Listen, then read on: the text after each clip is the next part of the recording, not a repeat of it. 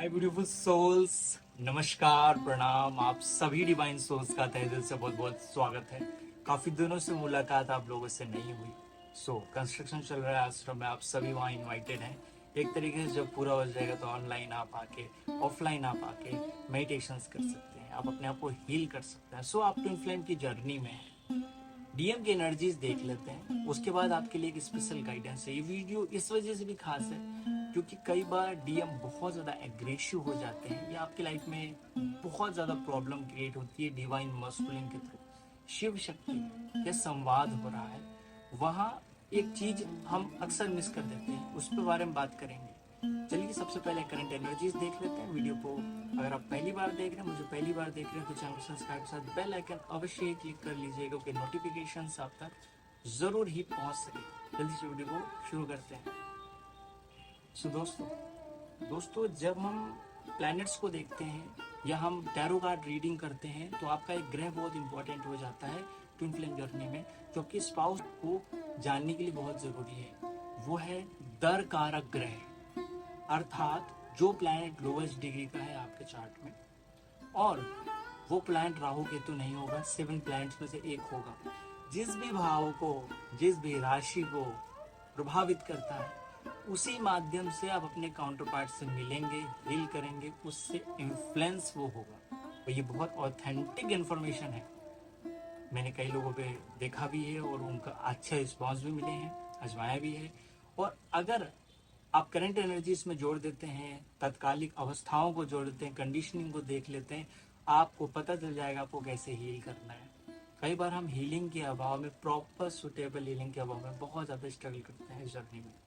तो सबसे पहले करंट एनर्जीज देख लेते हैं। काफ़ी दिनों से मुलाकात भी नहीं हुई आप लोगों से, मैं कोशिश करूँगा डेली हम वापस से आ सकें। नेक्स्ट जो आपकी हीलिंग्स है मैं इस वीडियो में डिस्कस करूँगा। एक संवाद भी डिस्कस कर रहा हूँ दोस्तों। पहला कार्ड जो हमारा आया है, कुछ कार्ड्स मैंने पहले पिक कर लिए हैं, वो है 7 ऑफ पेंटिकल्स का। ये कार्ड आखिर दिखाता क्या है दोस्तों? पेंटिकल्स धरती है, ग्राउंडिंग है, और डीएम इस समय कुछ ना कुछ ग्राउंडिंग करनी चाहिए उन्हें, पर इंतजार करना चाहिए। अगर वो धैर्य खो रहे हैं, अगर आपको कुछ ना कुछ चीजें बार बार बता रहे हैं, तो आपको धैर्य देने को कहना चाहिए क्योंकि डीएम की एनर्जी दैट्स वाई एग्रेसिव हो रहे हैं। थोड़ा सा पेशेंस रखना होता है। अगर वो नहीं रख पाएंगे, पेशेंस खो देंगे, तो उनकी ग्राउंडिंग करने से उनके अंदर पेशेंस बढ़ेगा और आप खुद भी ग्राउंडिंग करिए। क्योंकि चैनलिंग अच्छे से तभी होती है जब आप अच्छे से ग्राउंडिंग करते हैं। कई डिवाइन फैमिली ग्राउंडिंग नहीं कर पाती हैं। ग्राउंडिंग का मतलब होता है मदर अर्थ से कनेक्ट होना। हमने ध्यान किया, हमने एनर्जीज को रिलीज किया, दैट इज ग्राउंडिंग, जो कि आप किसी भी माध्यम से रिलीज कर सकते हैं, किसी भी मेथड का प्रयोग कर सकते हैं। अभी मैंने 2 दिन पहले एक मेडिटेशन कराया आप लोगों को, जिसमें मैंने क्लिनजिंग कराया है, ठीक है। वो मुद्राएं बताई हैं जिसमें आप शांति मुद्रा और सूर्य मुद्रा, पृथ्वी मुद्रा का प्रयोग कर सकते हैं।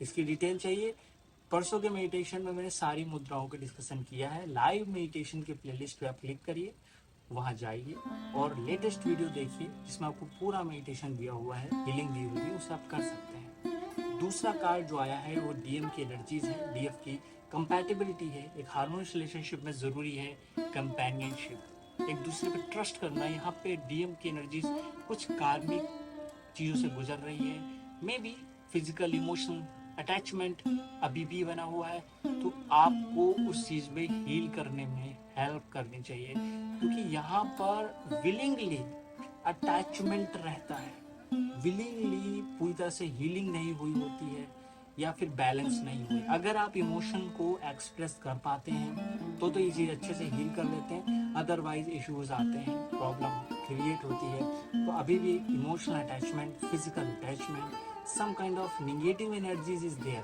तो डीएम की एनर्जीज निगेटिव इस वजह से रहती है, सम काइंड ऑफ एनर्जीज सही नहीं है। अगर उनकी एनर्जी सही नहीं रहेगी तो आप भी कहीं ना कहीं सही नहीं रहेंगे। ये बहुत ज़्यादा ज़रूरी है दोस्तों। शिव शक्ति के संवाद पे बात करें तो यहाँ पे हीलिंग और क्लींजिंग बहुत जरूरी, क्योंकि मदर अर्थ अर्थात माँ पार्वती जो प्रकृति के स्वरूप में है, हार्मोनियस रिलेशनशिप तभी स्टैब्लिश हो पाता है जब वो पूर्ण पार्वती के स्वरूप में आती है। तो वहाँ पे शिव उनको बोल रहे हैं अपनी ऊर्जाओं को जागृत करने के लिए। लेकिन अभी भी अगर अटैचमेंट बना हुआ है, जो ये कार्ड भी दिखाता है, तो पूरी तरह से यूनियन नहीं हो पाता है। इस कारण से आप बर्थ बाई बर्थ उस वैल्यू को सीखने के लिए आते हैं। तो इसका एक सिंपल एक मेथड है। आप सबसे पहले जाने कि आपको किस चीज की क्लींजिंग करनी है। कई बार हम क्लींजिंग करते हैं, लेकिन क्लींजिंग करने का एग्जैक्ट मेथड नहीं पता होता है हमको, तब हमको इश्यू आते हैं। आपको किस चक्रा की क्लींजिंग करनी है, आपको किस इमोशंस को बाहर निकालना है, आपके अंदर किस प्रकार का डर है, अगर आपने ये जान लिया तो आपको क्लींजिंग करना आसान रहता है। और उसको क्लींस करने के विभिन्न प्रक्रियाएं और मेथड है, अष्टांग योग में भी है। मैंने भी कुछ लोग डिस्कस किया है, कुछ क्लासेस में डिस्कस किया है, और उनको करके आप हील हो सकते हैं। नेक्स्ट जो हम बात करते हैं डीएम की एनर्जीज पे, वो है यहाँ पे पेंटिकल्स की एनर्जी फिर आई है।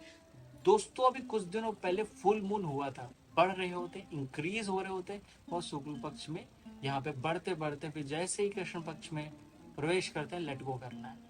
तो इस समय फिजिकल ग्रोथ हो रही है, आपकी मेटेरियलिस्टिक ग्रोथ होगी।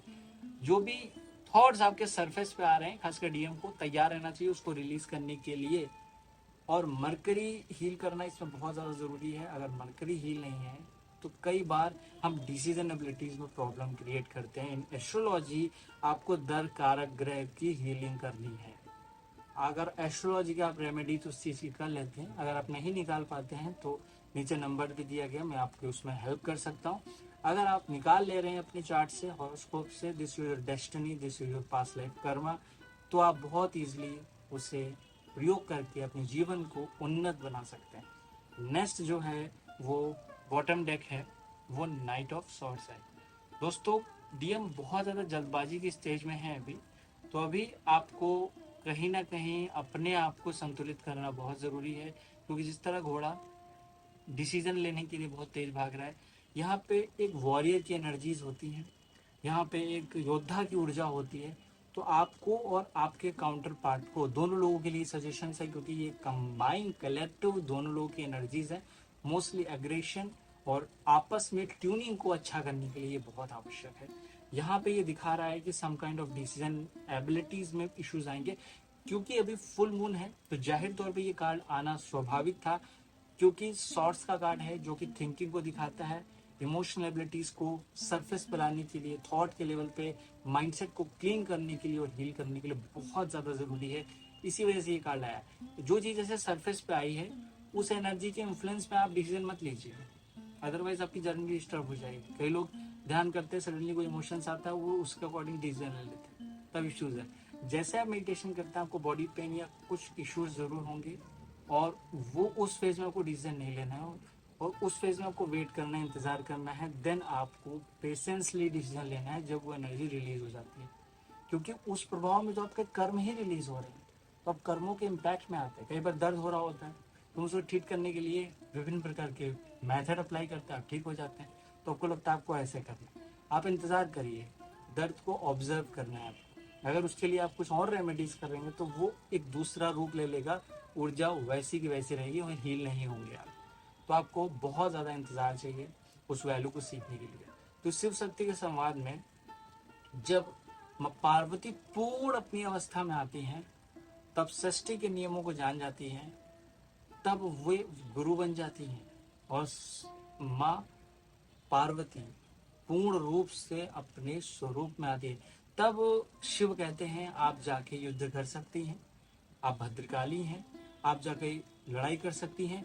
उससे पहले जब भी माँ पार्वती अपने ऊर्जा के स्वरूप में आएंगी तो विध्वंस होगा, वो ईगो से भर जाएंगे। इसे डिवाइन फेमिनिन को हमेशा याद रखना है कि अपने डिवाइन मस्कुलिन की बात सुननी है। कई बार नहीं सुनते कि डिवाइन फेमिनिन की बहुत जल्दी अवेकनिंग होती है। लाइक दैट बहुत सारी बातें यूट्यूब पर भी हैं, बहुत सारी बातें आर्टिकल्स में भी हैं, आप लोग सुनते रहते हैं, ऐसे क्वेश्चंस मेरे पास आते हैं। लेकिन प्रीवियसली लॉजिकली और चीज़ों को आपको समझना और अंडरस्टैंड करना है। आफ्टर दैट जब आपकी पूर्ण रूप से ईगोलेसनेस की स्टेज आती है, वो स्टेज अलग होती है। उस स्टेज में आप अपने डीएम की बात ना सुने तब भी चलेगा, लेकिन स्टार्टिंग में जरूर सुनना पड़ेगा। Some time you need a logic, some time you need a practical approach, because आप 3D प्लेन पे हैं। यहाँ आपको सिर्फ स्पिरिचुअल ग्रोथ नहीं करना है, आपको बैलेंस चाहिए। आपके डीएम या कोई भी मस्कुलिन एनर्जी हो आपकी लाइफ में, या आपका हस्बैंड हो, वो आपकी हेल्प कर सकते हैं, डेफिनेटली हेल्प कर सकते हैं। नेक्स्ट वीडियो में दोस्तों मिलते हैं। अपना ख्याल रखिए, ध्यान रखिए, क्योंकि मुस्कुराते रहिए। नमस्कार दोस्तों।